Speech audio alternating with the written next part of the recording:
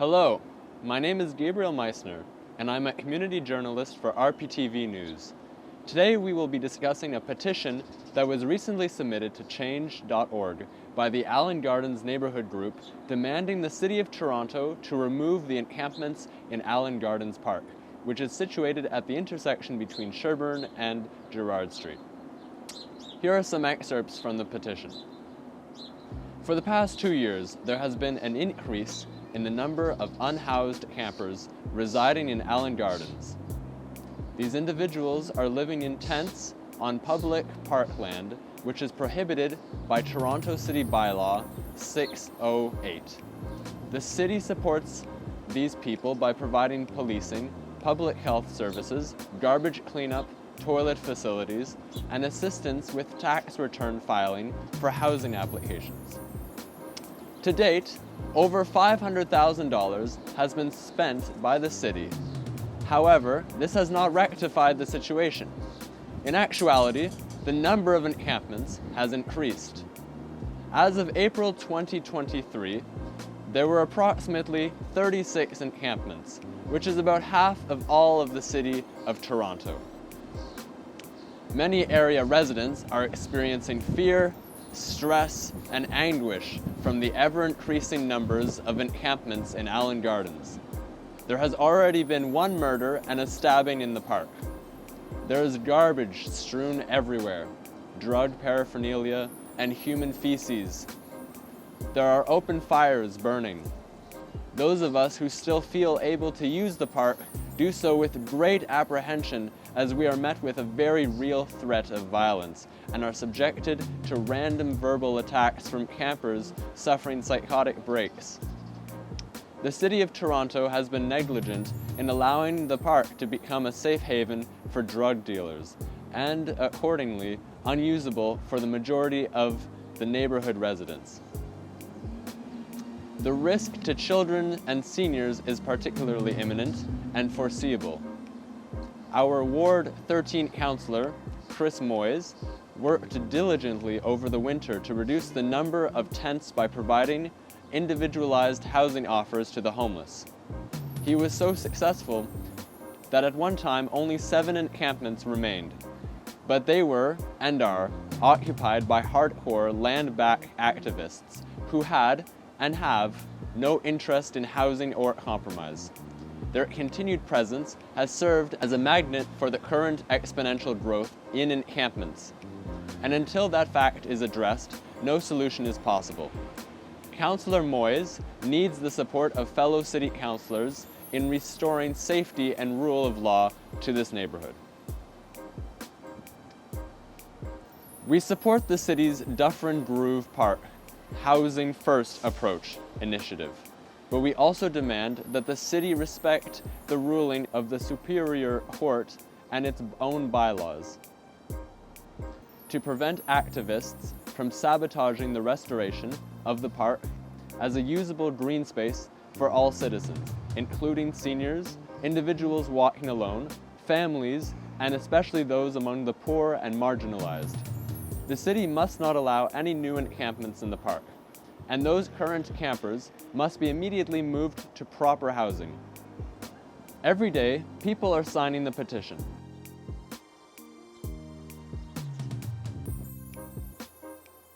One signee wrote on the platform, "Hardworking taxpayers deserve to be able to walk around our parks/parkland without fear. I am sick and tired of the riffraff taking over our parks. Get a job, any job. Stop tenting in Allan Gardens and other parkland. Get them out. Drugs, alcohol, fights, overdoses, enough is enough. These people stay because they are allowed to. No more free passes for parasites who do nothing but take, take, take. Taxpayers deserve respect." Another person wrote, "It is disgusting what has happened to our once beautiful park. If the city chooses to not enforce its own laws, can we choose to stop paying taxes? Bylaw 608-13 of the Toronto Municipal Code states that, unless authorized by permit, no person shall dwell, camp, or lodge in a park.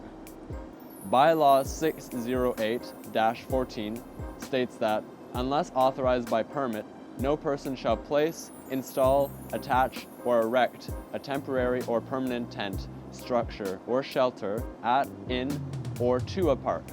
The Regent Park Television went to Allan Gardens to speak with locals about the situation. Hello, my name is Kedar Ahmed. I'm with RPTV and I'm here at Allan Gardens. And we're here asking about the encampment situations. And today I have here with me It's Clyde Simon Mohammed. Clark Simon Mohammed. I just wanted to ask you, what do you think about the city's proposal to remove encampments? I think I'm speaking on behalf, because here we are at Allan Gardens, so I'm speaking on behalf of indigenous peoples, as I'm from the Caribbean, somewhat indigenous in my ethnic background. I have a native indigenous son, and I really would want to know what the future holds for him by having indigenous people answering the question of removing encampments while they're here for a reason. I think it's a double embarrassment to them to having to answer a question like that, because this is native land at the end of the day. So I'm just worried about my son. Myself, I'm an indigenous advocate. I co-facilitate a program from time to time. I'm a Kind Man Warrior program. It's a NIN coordinated program out of Council Fire. So, and then I'm a fire keeper. So again, I advocate on behalf of the First Nations, the First Peoples. I think it's a double embarrassment for them to have to answer the question why they should have the land back, more or less, because again, it's his native land. Have a good day all. Thanks, and man. I hope the public ears ear to this, because this is a new era we're in, and we have to recognize that indigenous people have been treated for hundreds of years unjustly in this country that belongs to them. Thank you so much, sir. Thanks, Have a man. wonderful day. Thank you. Crystal, what do you think about the city's proposal to remove encampments? I think that it's not a great idea, especially since there's nowhere else for these people to go, for us to go. Why would we be here if we had somewhere to go? And I'm looking around, I'm seeing all these buildings with empty apartments that the city could be helping us out with. Somewhere safe to be, somewhere where you don't have to be freezing cold at night and wonder where your next meal is going to come from. Luckily, there's a lot of good people here that are trying to help out, and it'd be great if we had a little bit more help from the city to try and not get rid of us, but place us in somewhere in a safe place, safe, warm, healthy environment. Well said, miss. Is there anything else that you want the people out there to know about the situation that's happening right here in Allan Gardens? Unfortunately, there are people that go around to the tents, and if you happen to not be there at the right moment, they deem your tent empty, and they'll remove it within a day or two, whether you're in it or not. And it's disturbing. It's really horrible thing to see happen. This is the only home we've got.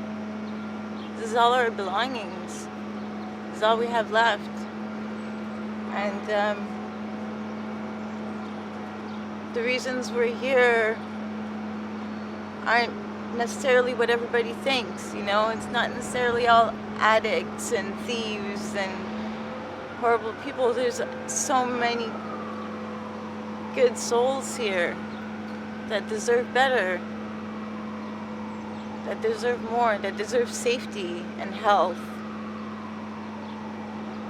and respect. I completely agree. I believe that everybody deserves shelter, safety, and wellness. Thank you so much for your time. Really appreciate it. Do you mind if I ask a question? Sorry. Yeah. What's the situation with shelters? I have a puppy. We were illegally evicted from our apartment as we were helping other people who were on the verge of eviction, so that put us on the blacklist, you know. That put us on a list of people that they wanted to get rid of.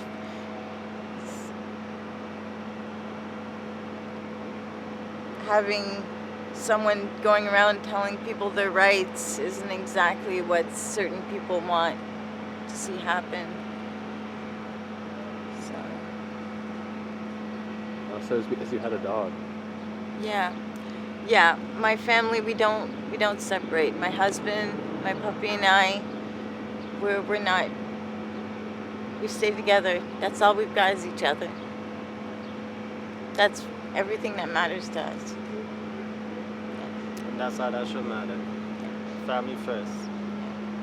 And the shelters, tell you the truth, I feel safer here than in many of the shelters. Really? Yeah. That's good to know. Can you tell me why? Well, for one, many of them don't allow dogs, so that would mean we'd have to separate. And like I said, that's not An option. it's non-negotiable for us. We stay together, we stick together, and that's it. And for us to separate makes each of us vulnerable. Together, we're stronger than we are separated. So, and it's not necessarily healthy. You're more enclosed, so if something were to happen, I just feel a lot safer here because I know my neighbors, and I know who's safe and who isn't, and that happens much quicker than I prefer to be outdoors too than in a shelter with bed bugs and rats and cockroaches and stuff like that. So Oh man, that sounds awful. yeah, not. I like to keep my tent clean and yeah. Well, thank you so much for your time, Crystal. It was a pleasure having this interview with you. You gave us a lot of insight on the encampments and on reasons why, you yourself personally don't want to be in a shelter. No, And I'm trying to get housing is what we're trying to do. okay, Yeah, that's good. Stay on that's our main goal. Yeah, it. Stay on it. Stay on it. It's gonna happen. It's gonna it happen. will. It's Things gonna are looking up. happen. How do you feel about the city trying to remove the encampments from Allan Gardens? Well, I think homelessness is a real problem at the moment. The rents are up almost doubled since the pandemic started. So in 2 years, if we're expecting 50% of the rent to go up, I would think as a person who works, it's still it's difficult for me. So I wouldn't know how it would affect these people that are living below minimum wage and below minimum living wage as well. And we've seen this go up, the number of people that are here double in the last month or so, and I think that's unfair to us as people who live in the city and work hard, pay taxes, and we're still not seeing any real help. So we would like to see some rent control and some sort of regulation in how homelessness works. I think that would be helpful. The least we should all deserve is a home, a safe place to go, food, water, and if we're fighting for the basics, how are we going to grow as a city? So I think removing them is not the answer. I think finding a long-term solution is really a good answer to it. Thank you so much. You said it real well, son. Yeah, removing them is not the answer. I feel the exact same way. A long-term solution should be what they're aiming to achieve. Yes. Is there anything else that you would like to add? No, I think we work really hard as Torontonians, and we deserve a better place, a better city, a better set of people that govern us and that help us through a lot of things that basics, like food, shelter is basics. We would like to grow past that, and it shouldn't be this hard. So yeah, I think that's all I have to say for now. Thank you so much Oh, for wait. your time, signing out. Hold up. Sorry, do you give your consent for audio and visual to be shown Yes, on our yes, page? of course. Okay, great. And that's it for RBTV News. Thank you, Sadia. Don't forget to like, comment, share, and subscribe to our YouTube channel. And please follow our social media platforms. And for more information, please visit our website.